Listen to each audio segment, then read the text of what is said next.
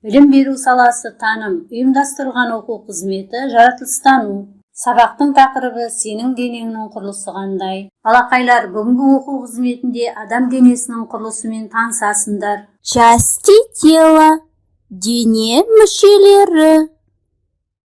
Голова, бас, глаза, көз, брови, қас, ухо, құлақ, рот, ауыз, губы, ерін, нос, мұрын, волосы, шаш, шея, мойын, рука, қол, плечо, иық, пальцы, саусақтар, ладонь, алақан, спина, арқа, живот,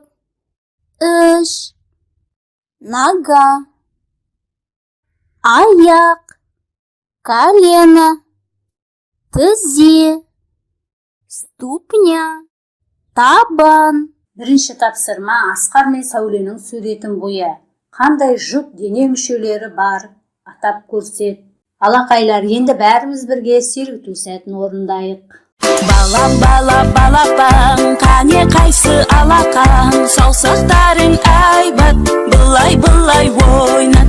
Бала, бала, балапан, қане қайсы алақан, саусақтарың айбат, былай ойнат. Бір қадам алға басамыз, алақанмен соқ. Бір қадам артқа басамыз, аяқпенен топ. Бір қадам алға басамыз, алақанмен соқ. Бір қадам артқа басамыз, аяқпенен топ.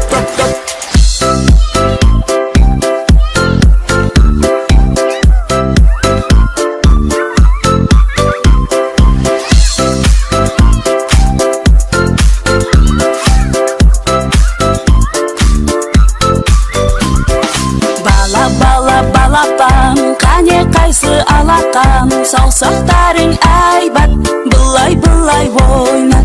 Бала, балапан, қане қайсы алақан, саусақтарың айбат, былай ойнат. Бір қадам алға басамыз, алақанмен соқ. Бір қадам артқа басамыз, аяқпенен топ.